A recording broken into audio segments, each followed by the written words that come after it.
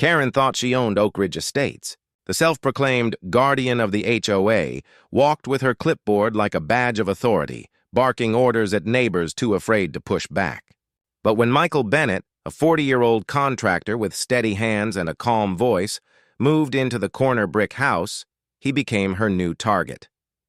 His truck, his tools, even his curtains. Karen found a reason to complain. Michael ignored her until one day she went too far. Convinced she had the right to inspect his property, Karen broke into his home while he was out. What she didn't know was that inside, waiting patiently by the door, was Rex, Michael's fiercely loyal German shepherd. Michael Bennett had lived a life of noise. Construction sites, hammering nails, rumbling trucks. His career as a contractor had been rewarding, but it left him longing for peace. At 40, he wanted somewhere calm to return to each night, a place where he and his dog could breathe easy. Oak Ridge Estates, with its tall oak trees, manicured lawns, and quiet cul-de-sacs, promised that peace. He purchased a modest brick house on Maple Drive. At the corner lot with a wide porch perfect for morning coffee, the house wasn't big, but it had character, arched windows, flower beds, and enough space for his tools and truck. Best of all, it gave Rex, his German shepherd, a yard to patrol. Rex was no ordinary dog. At 90 pounds, with a sleek black and tan coat and sharp amber eyes, he carried himself with authority. Michael had trained him since puppyhood, teaching him discipline, loyalty, and protection. To Michael, Rex wasn't just a pet. He was family. The first few weeks in Oak Ridge felt promising. Michael greeted neighbors, waved as he drove by, and spent evenings on the porch. But he noticed something strange. Conversations with neighbors often felt guarded, like people were careful about what they said. A glance over the shoulder, a quick change of subject, even a forced smile, it all felt off. He soon learned why. Karen. Karen was in her late 40s, with platinum blonde curls and a wardrobe that screamed for attention. Bold floral blouses, tailored suits in neon shades, and too much gold jewelry. She carried her clipboard everywhere as though it were an extension of her arm. To Karen, the HOA wasn't a committee. It was her kingdom, and every neighbor was a subject to control. Michael first met her on his porch. She approached with a smile that never reached her eyes. "Welcome to Oak Ridge," she said, her tone sharp. "I'm Karen. I make sure everyone keeps this community orderly." Michael shook her hand politely. "I'll do my best to fit in." Karen's gaze swept over his truck parked in the driveway, his toolboxes stacked neatly by the side fence, and finally Rex lying at his feet. Her lips tightened. "We'll see." The notes began the following week. One morning, Michael found a paper taped to his door. "Your truck is too large for community aesthetics. Please park it out of sight." Another week, a complaint about the tools in his yard. Then one about his curtains being the wrong shade. Michael remained polite, refusing to be rattled. "Rex won't hurt anyone," he told her when she implied his dog was a risk to children. Karen leaned in, eyes cold. "Rules are rules, Mr. Bennett. You'll find I don't make exceptions."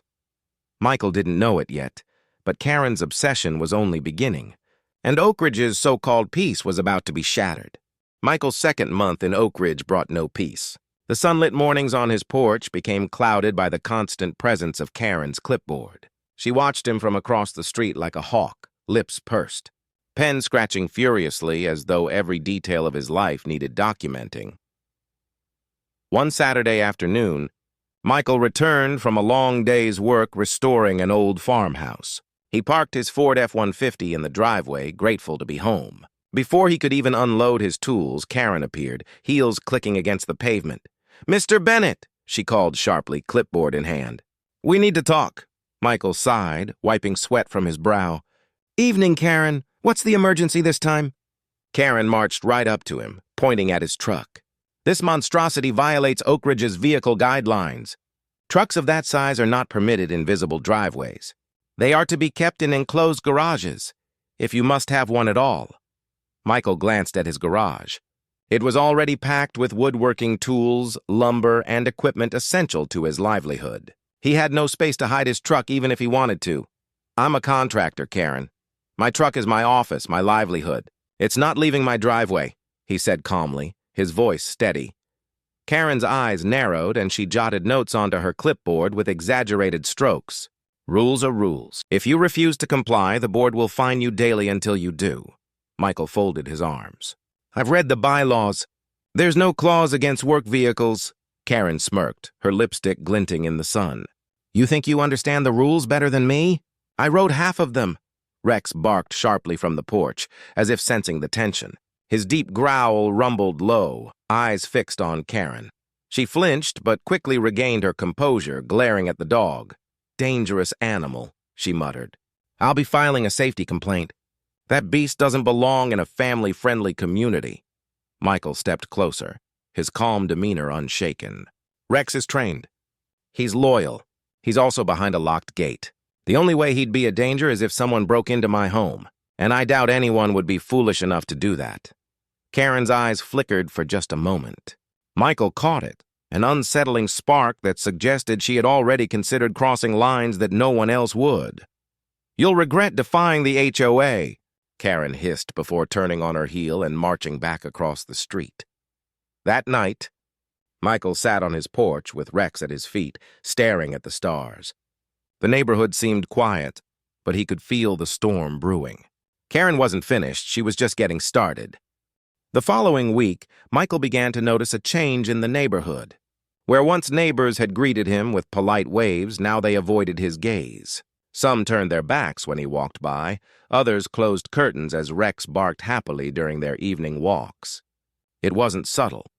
This was coordinated. Michael knew exactly who was behind it. The first real sign came in the form of a letter slipped into his mailbox. The envelope bore no name, but the contents were typed on official HOA letterhead. It read, Mr. Bennett, your repeated disregard for community guidelines has been noted. If you do not comply, the HOA will be forced to pursue fines, restrictions, and legal action. Consider this your final warning. Michael shook his head, knowing Karen's fingerprints were all over it. She had weaponized the board. A day later, Karen cornered him as he worked on repairing his fence. Your behavior is disrupting the harmony of Oak Ridge, she declared loudly, making sure nearby neighbors could hear. People feel unsafe with that beast of a dog and that eyesore of a truck. Several neighbors stood nearby, pretending to chat, but clearly eavesdropping. Michael looked around and saw faces he had once considered friendly, now wary, even hostile. Karen, Rex hasn't harmed anyone. And my truck is parked legally on my property, Michael replied calmly.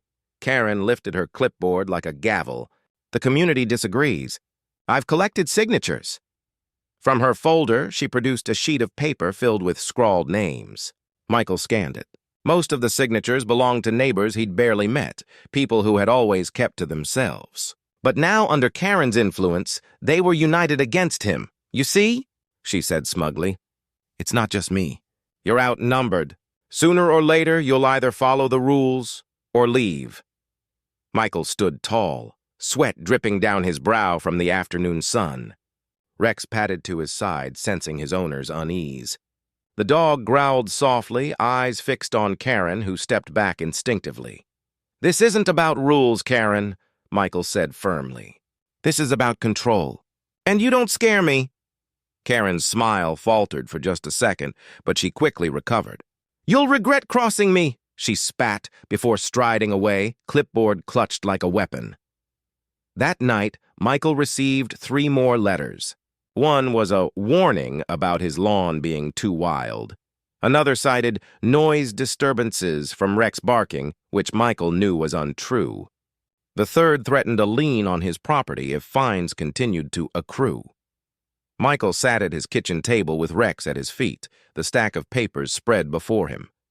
He wasn't just fighting Karen anymore. She had mobilized the board and much of the neighborhood against him, but Michael wasn't one to back down. If Karen wanted a war, she'd chosen the wrong man and the wrong dog to provoke.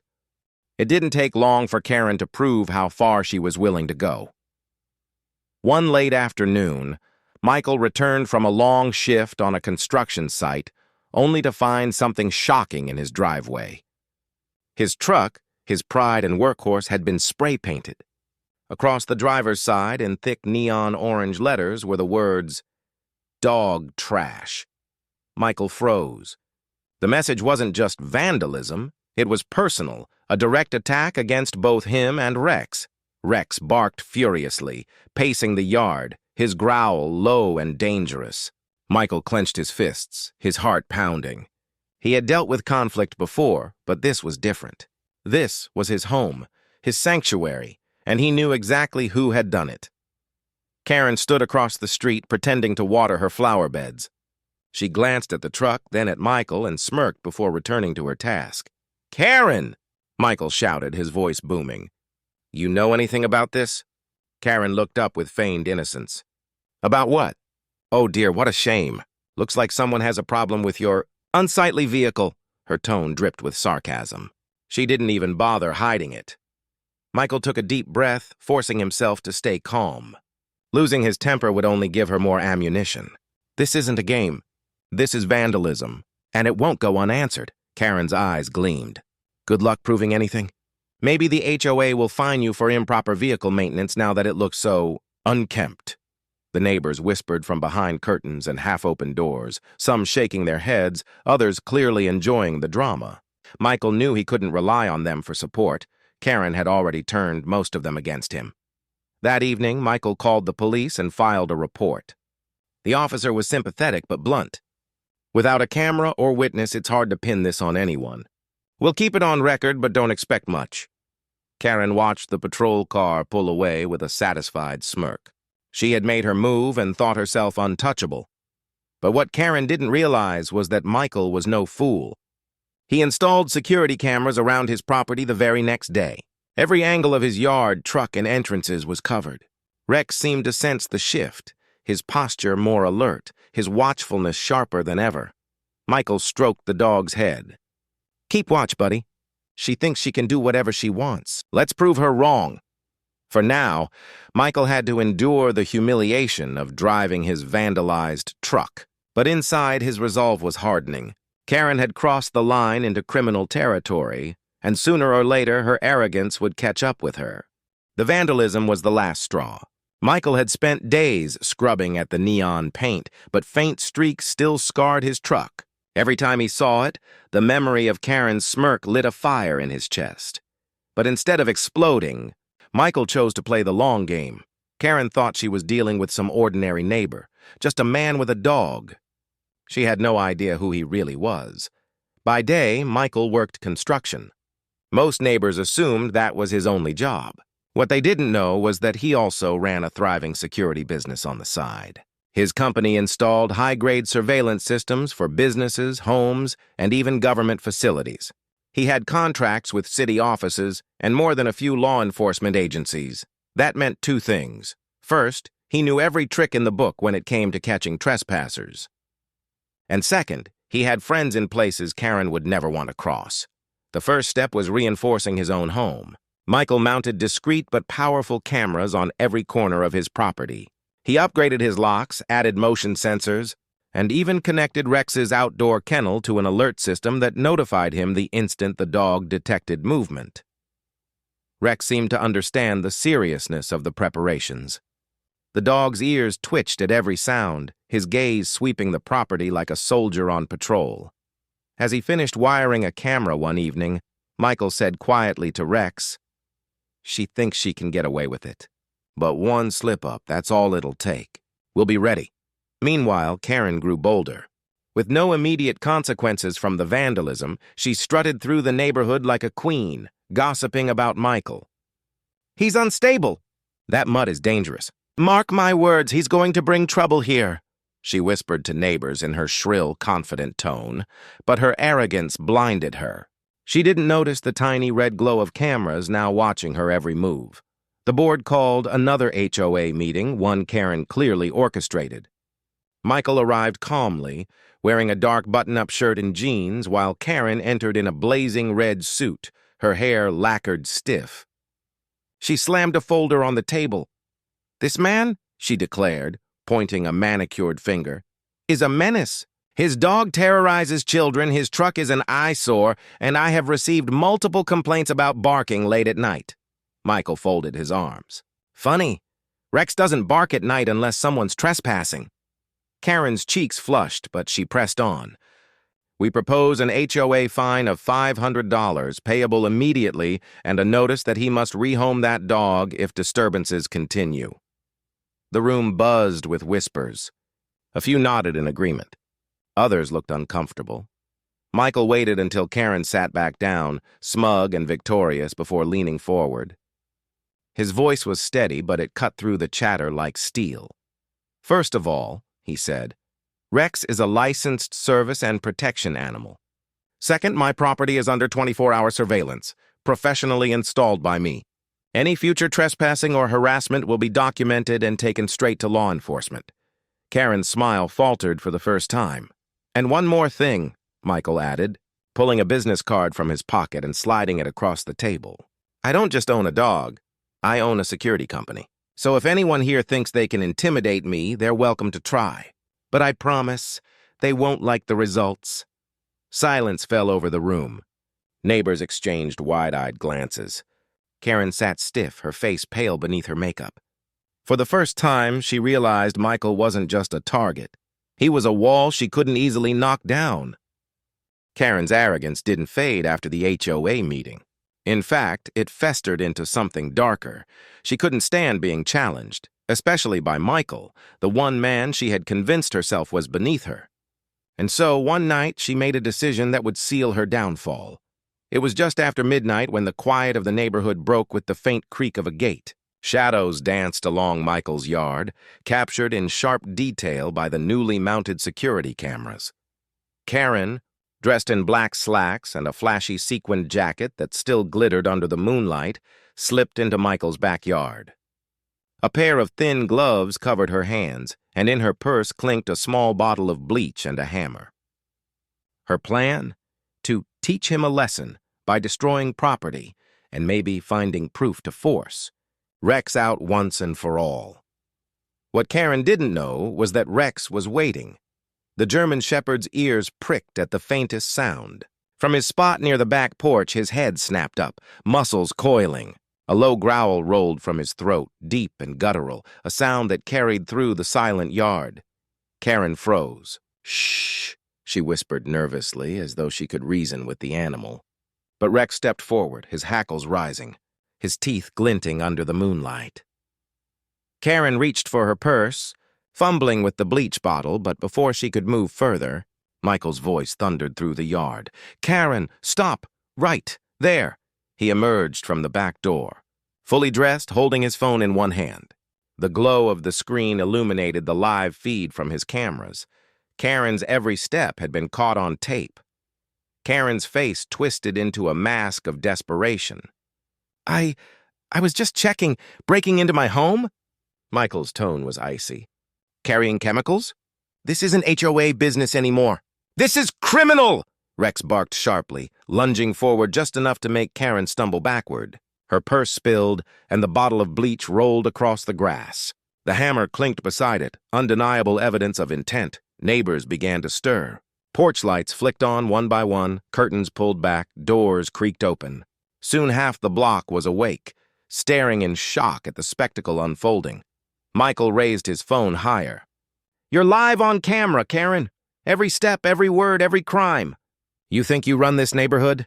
Tonight you've shown everyone exactly who you are. Karen's bravado crumbled. Her voice cracked. You can't, this is harassment. You set me up! No, Michael said calmly. You set yourself up, and now the law will deal with you. Within minutes, red and blue lights flashed down the street. A police car rolled up, the officers stepping out with grave expressions. Karen's protests grew shrill as they questioned her. But the damning evidence lay scattered on Michael's lawn, and the footage played back clearly on his phone. As the officers placed her in handcuffs, Rex sat proudly by Michael's side, tail thumping once against the porch as though sealing the victory. For the first time, Karen wasn't shouting. She was silent, her face pale, her once smug expression replaced with fear. Michael exhaled, his shoulders finally loosening. The war she had started was over, and she had lost. The night Karen was arrested marked a turning point, not just for Michael, but for the entire neighborhood. The next morning, whispers spread like wildfire.